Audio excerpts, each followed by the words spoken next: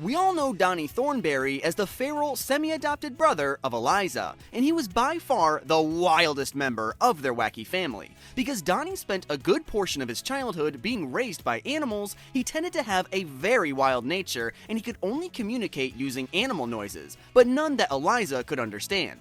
Here's the thing though, while Donnie may have been responsible for some of the funniest moments in the Wild Thornberrys, he also happened to have one of the saddest backstories in the entire series. I mean, do you remember what happened to Donnie's parents when he was just a baby? Interestingly enough, fans did not get to learn about Donnie's origin or the fate of his parents until the Thornberrys were officially trying to adopt him as a member of their family. This was one of the main plotlines of the Season 4 premiere, which happened to be a 4-part episode titled The Origin of Donnie. That's right, not only did Nickelodeon make us wait 4 seasons to learn the truth about Donnie, but they spanned it out over 4 episodes. As sad as it was though, it was definitely worth the wait. The Origin of Donnie began with the Thornberry family traveling to Borneo for 2 reasons. The first was to film orangutans to meet a deadline that had been set for them, and the second was to celebrate the anniversary of when they found Donnie. On top of all that, since Borneo was where the Thornberry family found Donnie, it was also where they would be able to officially adopt this young wild boy.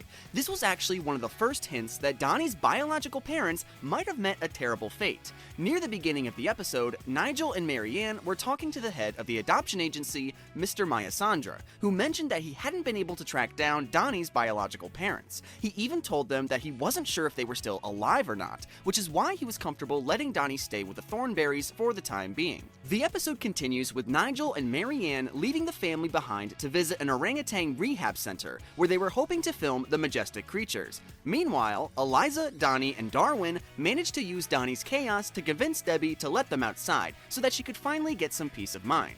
Eliza's goal in the 4-part episode was very similar to her parents. She mainly wanted to see and make contact with some orangutans. Little did she realize that the young boy she was about to lash out at would be her main point of contact with the animals. You see, as the episode continued, Donnie kept messing up Eliza's chances to see the orangutans by either being too loud or accidentally scaring them off with a stick. Eventually, the annoyance became too much, and Eliza yelled at Donnie, telling him that she was never going to take him anywhere with her again.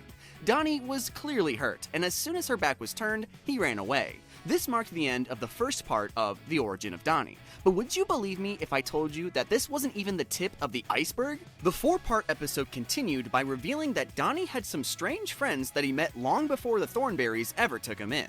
You see, as Eliza and Darwin were out looking for Donnie, the young boy was actually having the time of his life. He was shown running through the rainforest as happy as can be, yelling at birds and eating larvae. The kid was living the dream. Then, out of nowhere, it seemed like Donnie was attacked by a young orangutan who pounced on him. The pair rolled around for a bit before they decided to give each other a hug, signing that it was okay. It was quickly made clear that Donnie and the orangutan knew each other, but it wasn't until Eliza ran into a mysterious woman in the forest that we found out why. The episode continues by showing Eliza and Darwin discovering Donnie in a tree, and even Darwin notices how happy the boy seems as he plays with the young orangutan. As they were watching him though, Donnie lost his footing and began falling from the tree. Eliza was justifiably worried for his safety, but lucky for her, Donnie was rescued by an adult orangutan who swung through the trees and caught him. Eliza did what she could to follow Donnie and the orangutan, but just as she was struggling to keep up, she ran into the mysterious woman I mentioned before. The woman explained to Eliza that Donnie was finally returning to his family, referring to the orangutans. That's right. Before the Thornberrys came around, Donnie was raised by orangutans. As nice as that might sound though, after learning the truth about Donnie's biological parents, it becomes a lot less heartwarming. So what does Donnie's relationship with the orangutans have to do with what happened to his real parents? Well, as the story continued over the course of these 4 episodes, Eliza wound up reuniting with her parents, who quickly joined in on the search for Donnie. This is when they discovered the truth about what happened to his biological parents. According to this tribeswoman in the rainforest who supposedly knew Donnie's family, his biological mom and dad were named Michael and Lisa, though their last name was never revealed. Michael and Lisa were both naturalists who had been spending time in Borneo. After falling in love with the land and the animals that inhabited it, the family decided to stay in Borneo, where they befriended and lived with the local villagers. The villagers even liked Michael and Lisa so much that they even made them a baby carrier. After spending time among the wildlife, Donnie's parents apparently managed to befriend a mother orangutan and her son. These were the same orangutans that Donnie ran off with after Eliza yelled at him in the first episode of Season 4.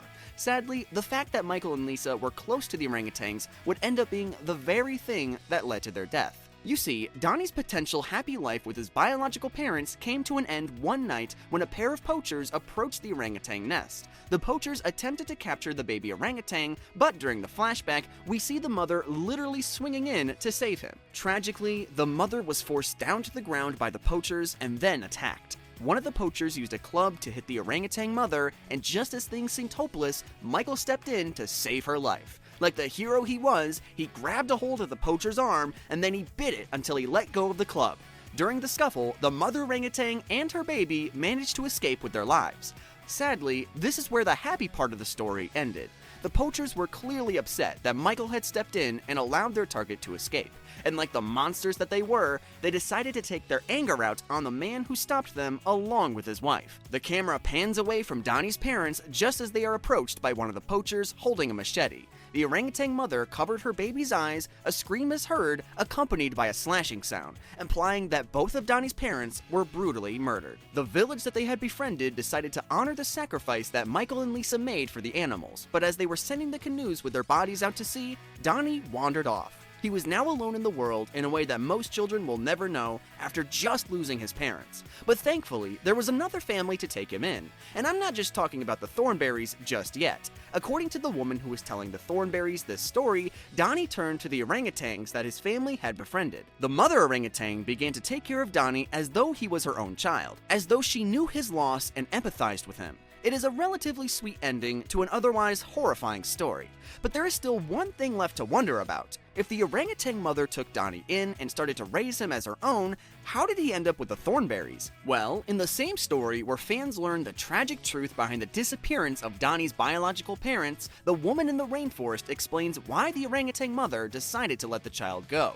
According to her story, after raising Donnie for a while, the orangutan mother realized that she would eventually have to give him back to the humans. Well, lucky for her, the best humans possible happened to be visiting Borneo at that time. The orangutan mother watched the Thornberry family as they interacted with each other and the wildlife, and she realized that they would be perfect to take care of Donnie. As the orangutan mother watched the Thornberrys film themselves in the forest, Donnie became curious and decided to make his first appearance. The young boy swung on a vine close enough for Marianne to see him and then swung back into the forest, where the orangutan met him and gave him the sign that everything was okay. In yet another heartbreaking scene, the orangutan mother left Donnie on the forest floor as she said goodbye to him.